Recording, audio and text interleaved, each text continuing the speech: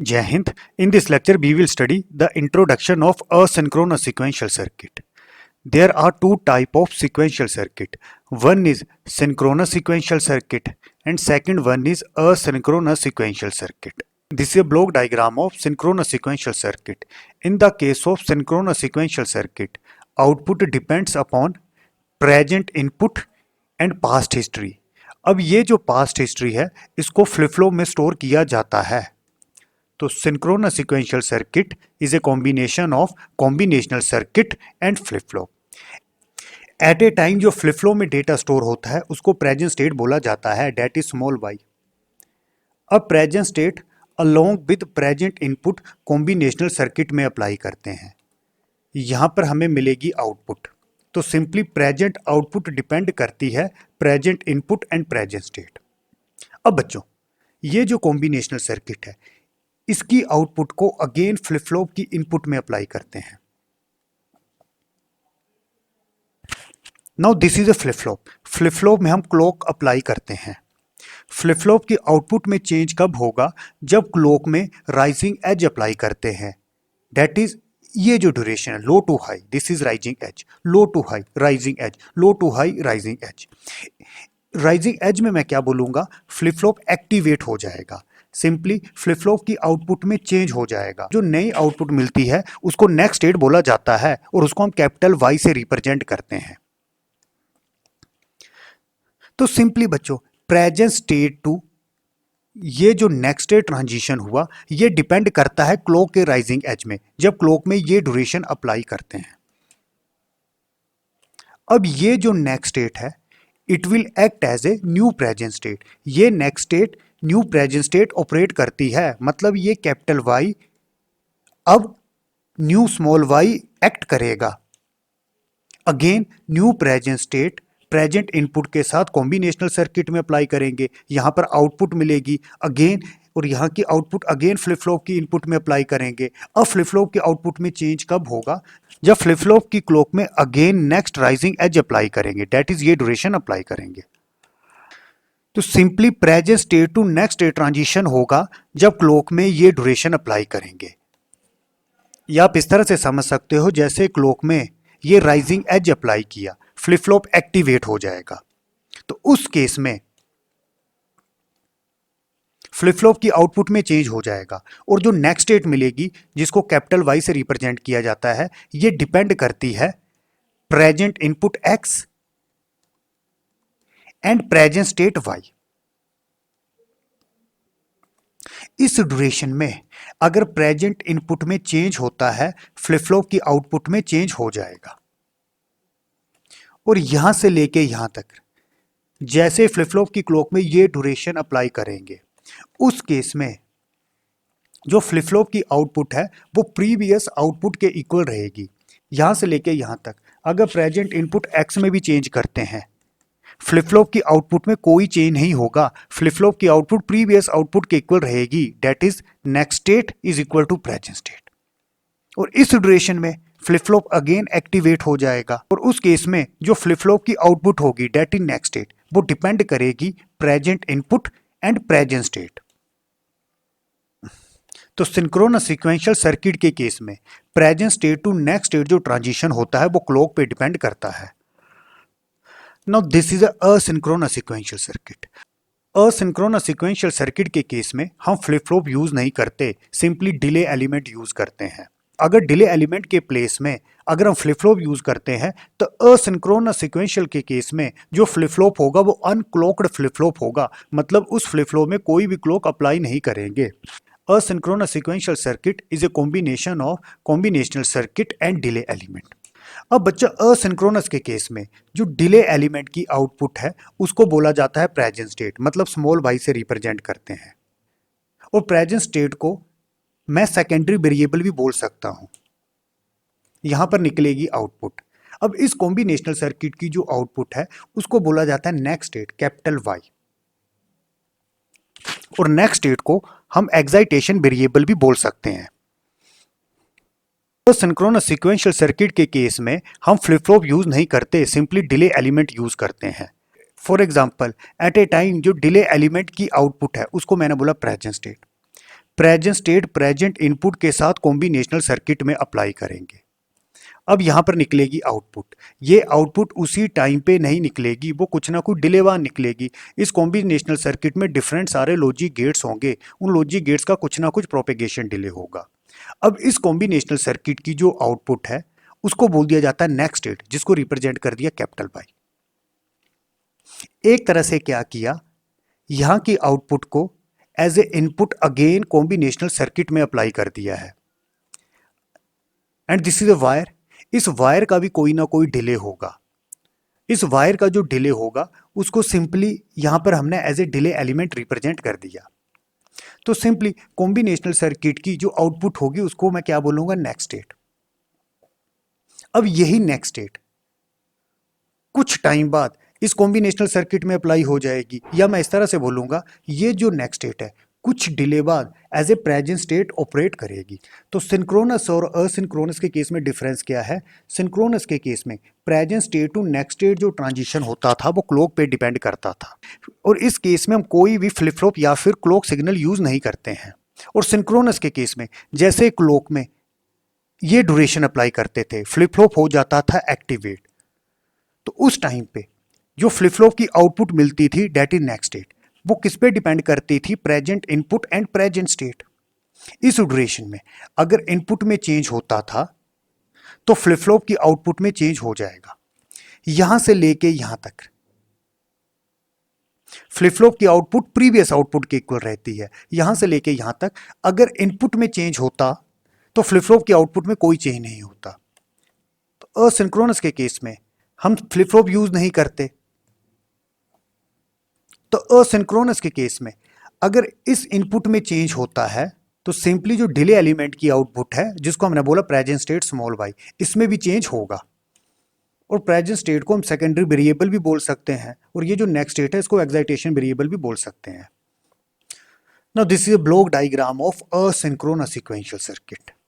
There are n inputs from x1 to xn। अब इन inputs में कहां से लेके कहां तक? फ्रॉम x1 टू xn हम 0 1 अप्लाई कर सकते हैं, तो टोटल n इनपुट्स हुई, तो मैं इसको बोलूंगा n इनपुट वेरिएबल।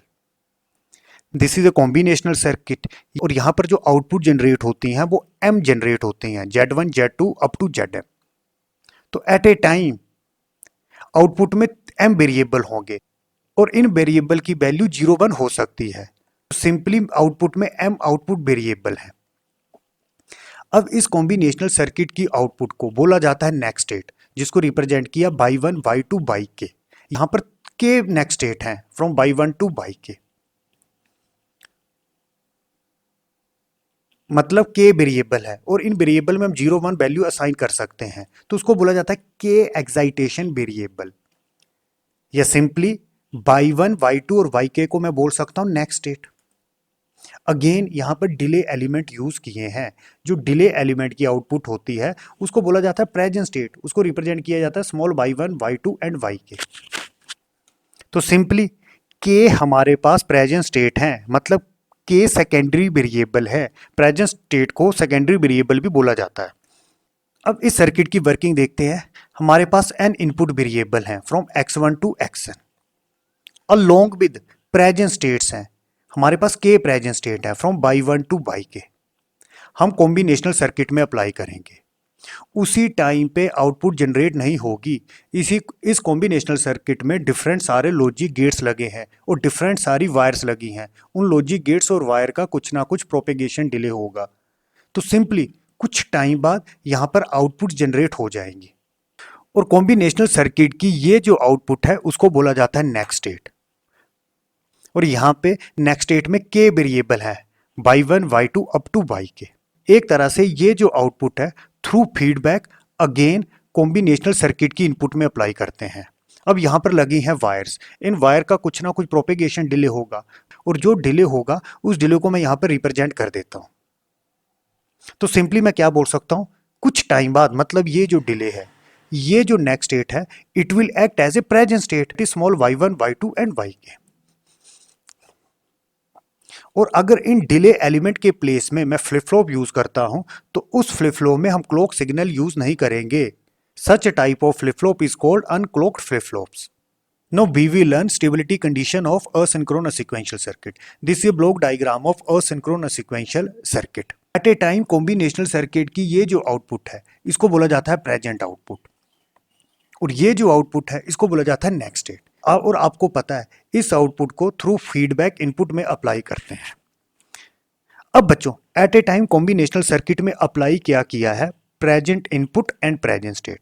अगर मैं इनपुट में चेंज कर देता हूं, x1 में मैंने चेंज कर दिया, तो कॉम्बिनेशनल सर्किट में अप्लाई क्या किया है, present input and present state. Input में चेंज कर दिया है तो सिंपली ये जो नेक्स्ट स्टेट है ये भी चेंज हो जाएगी। For example new present state को मैंने यहां पर लिख दिया कैपिटल Y। अब ये जो आउटपुट है through feedback again combinational circuit में अप्लाई किया है, और ये डिले क्या बताएगा, ये जो वायर है इस वायर का जो प्रोपेगेशन डिले होगा वही डिले यहां पर रिप्रेजेंट किया है। तो सिंपली अब ये जो न्यू नेक्स्ट स्टेट है कुछ डिले बाद या कुछ टाइम बाद as a new present state operate करेगा, तो मैंने न्यू प्रेजेंट स्टेट लिख दिया। अब new present state along with input फिर कॉम्बिनेशनल सर्किट में अप्लाई करेंगे, अगेन नेक्स्ट स्टेट में फिर चेंज हो जाएगा। कुछ डिले बाद यही next state again as a present state operate करेगी, फिर ये new present state along with present input again combinational circuit में अप्लाई करेंगे, फिर यहां पर नई नेक्स्ट स्टेट मिलेगी, फिर ये नेक्स्ट स्टेट कुछ टाइम बाद as a new present state operate करेगी। इस तरह से प्रोसेस आगे चलता रहता है। अब स्टेबिलिटी कंडीशन में क्या होगा, जैसे ये लूप चलती रहेगी मतलब next state to present state transition हो रहा है। अब स्टेबिलिटी कंडीशन में क्या होता है, जैसे इस केस में एक लूप चल पड़ी है, मतलब इस केस में कैपिटल Y चेंज होता है और वही capital Y as a new present state operate करता है। तो एक टाइम ऐसा आएगा ये दोनों इक्वल हो जाएंगे, present state will become equal to next state, और इस कंडीशन को बोला जाता है स्टेबिलिटी कंडीशन। तो स्टेबिलिटी कंडीशन में क्या होगा, फॉर एग्जांपल इस कॉम्बिनेशनल सर्किट में प्रेजेंट इनपुट है x1, प्रेजेंट स्टेट है y, स्मॉल y। अब जो नेक्स्ट स्टेट निकलेगी वो इस स्मॉल y के इक्वल रहेगी, या मैं क्या बोल सकता हूं कि प्रेजेंट स्टेट किसके इक्वल रहेगी, नेक्स्ट स्टेट। इस केस में सर्किट चला जाता है स्टेबिलिटी कंडीशन में, तक सर्किट स्टेबल नहीं हो जाता, मतलब एक लूप में चलता रहता है। मतलब आप देख रहे थे लगातार कैपिटल Y में चेंज हो रहा था, उस ड्यूरेशन को बोला जाता है ट्रांजिएंट। और जैसे सर्किट स्टेबिलिटी कंडीशन में चला जाता है मतलब present state become equal to next state, तो उस स्टेट को बोला जाता है एट ए स्टेडी स्टेट।